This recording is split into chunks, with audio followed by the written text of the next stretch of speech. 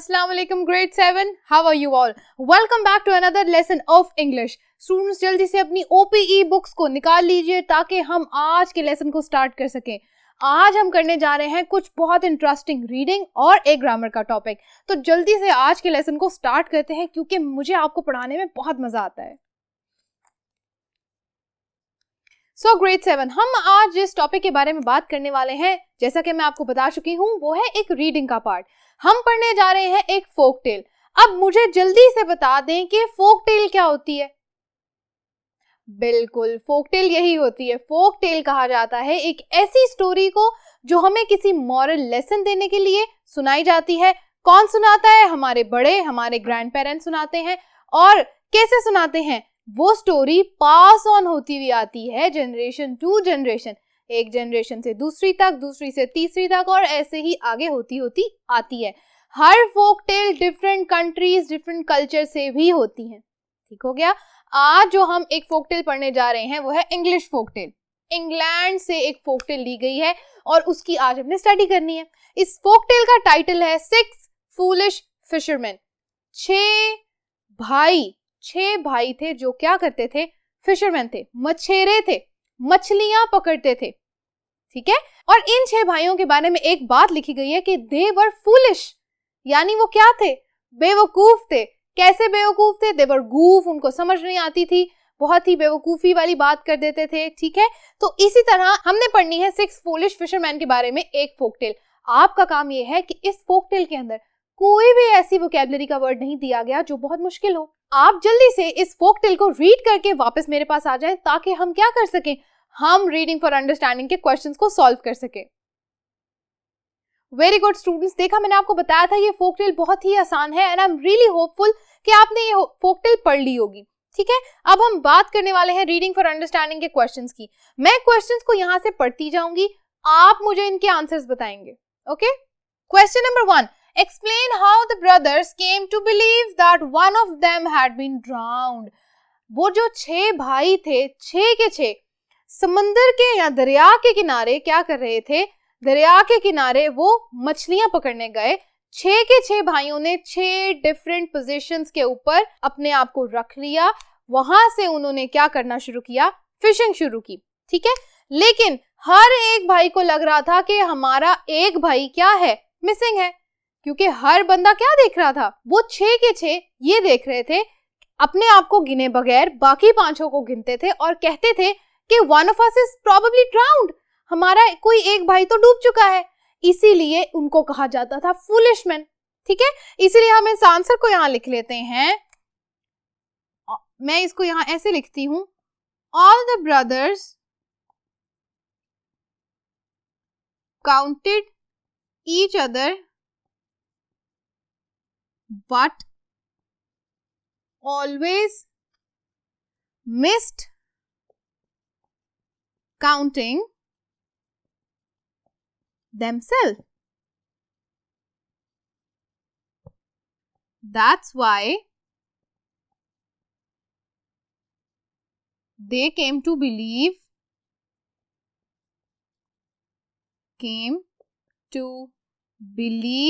that one of them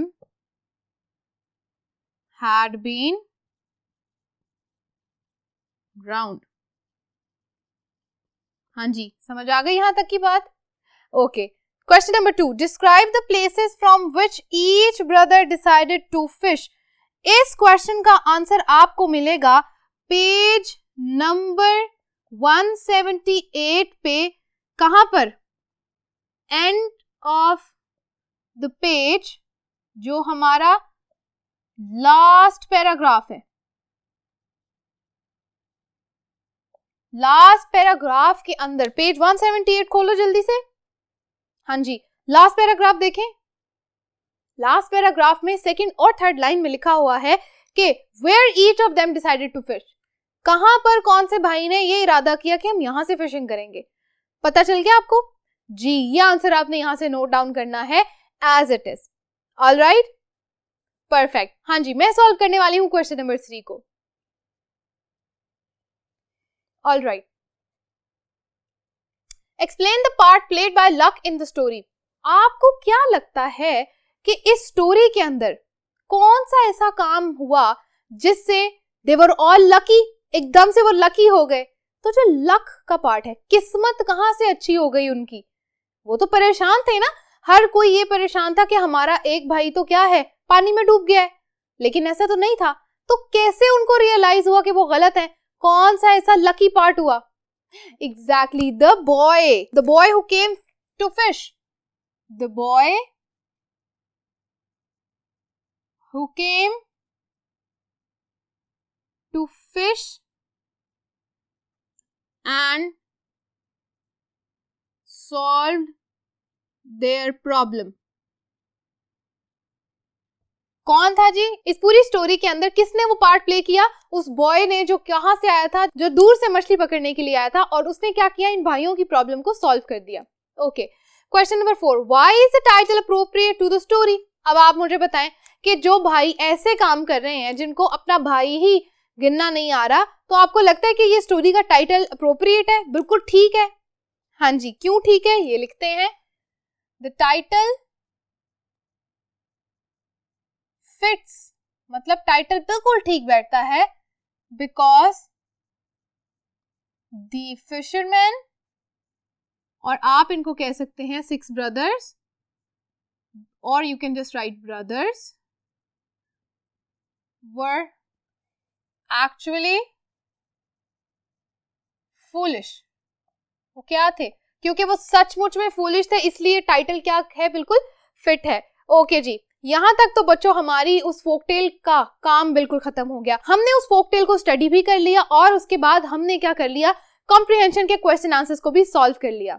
ठीक है, हाँ जी। अब हम क्या करने वाले हैं, वर्ब टू ले एंड टू लाई। ये एक बहुत कॉमन मिस्टेक है जो हम कर देते हैं, आज हम उसके बारे में पढ़ने वाले हैं।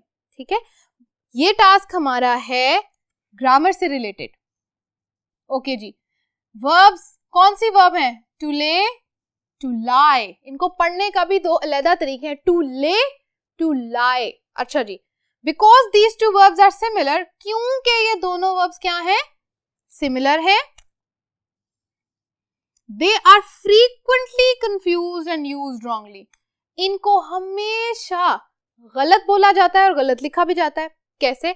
अब जब ये मैं आपको बताऊंगी तो आपको याद आएगा कि हाँ भाई, किसी एक सेंटेंस में मैंने भी ये गलत लिख दिया था। तो आज आपकी वो कंफ्यूजन दूर होने वाली है। अच्छा जी, टू ले, सबसे पहले हम टू ले की बात कर लेते हैं। To lay has to have an object after it. To lay के बाद हमेशा एक ऑब्जेक्ट होगा, क्योंकि अगर वो ऑब्जेक्ट नहीं होगा तो टू ले का मीनिंग पूरा नहीं होगा। ठीक है, कैसे? यू ऑलवेज ले समथिंग ऑन, हम हमेशा किसी चीज के ऊपर लेटते हैं या ले करते हैं। ठीक है, यहाँ कोई चीज लाजमी होनी चाहिए, ऑब्जेक्ट लाजमी होना चाहिए। एग्जाम्पल, प्लीज ले द टेबल फॉर मी। ले वर्ब आ गई, द टेबल क्या है, कौन बताएगा? हाँ जी, ये है ऑब्जेक्ट। पता चल गया, वर्ब के बाद ऑब्जेक्ट आ गया, पूरी हो गई बात। ले the blanket over the body, ले के बाद ले हमारी क्या थी, वर्ब, द ब्लैंकेट, हाँ जी ये है जी ऑब्जेक्ट। वेरी नाइस, यहां तक आपको समझ आ गया। ये बात हमें पता चल गई कि ले के बाद हमेशा ऑब्जेक्ट लाजमी होगा, वरना हमारे सेंटेंस की सेंस पूरी नहीं होगी। समझ आ गई ये बात? चलो जी, लेट्स मूव फर्दर। अच्छा, एक और जरूरी बात मैं आपको बताने लगी हूं कि टू ले की पास्ट वर्ब क्या होती है। द पास्ट टेंस ऑफ ले इज लेड। टू ले की जो पास्ट वर्ब है वो क्या है, लेड। अच्छा, example, the hen laid 10 eggs last week। उस मुर्गी ने पिछले हफ्ते क्या किया, 10 अंडे दिए। पास्ट की बात है, तो ले किस में कन्वर्ट हो गया, लेड में। अच्छा, यहां तक की बात आपको कंप्लीटली समझ आ गई? Well done. Okay, second one, to lie. अब लाई क्या होता है? लाई के भी 2 मीनिंग्स हैं। एक लाई का मीनिंग मैंने यहां लिखा है, दूसरा मैंने यहां लिखा है। एक तो जो आपके जहन में आ रहा है बिल्कुल ये वही वाला, पहले हम इसको पढ़ लेते हैं। टू लाई का जो ये वाला मीनिंग है, to lie meaning to tell an untruth, झूठ बोलना। अगर आप झूठ बोलते हैं हम कहते हैं टू लाई। अब इसमें भी कैसे लिखते हैं, एग्जाम्पल्स को देख लें। She lied to the teacher, उसने टीचर से झूठ बोला। When she said she couldn't complete her homework, जब उसने ये कहा कि वो अपना होमवर्क पूरा नहीं कर पाई। अब lie के बाद क्या आता है, हमेशा अगर हम पास्ट की बात करें तो lied to की वर्ब यूज होगी और to के बाद हमेशा क्या आएगा, वेरी गुड, पर्सन या हम कहते हैं नाउन का नाम लाजमी आएगा। ठीक है, you always lie to somebody, right. आप झूठ अगर किसी से बोलते हैं तो आपके सामने कोई खड़ा होता है ना, या आपने किसी से झूठ बोला है तो किसी ह्यूमन से बोला है ना, तो इसीलिए टू लाई के बाद एक ह्यूमन बीइंग का नाम होना बहुत जरूरी है। ओके, नेक्स्ट वन, अब हम इसको देख लेते हैं। To lie meaning to be in a flat और रेस्टिंग पोजीशन, इसका मतलब होता है लेट जाना या किसी चीज का ऐसे फ्लैट आपको नजर आना।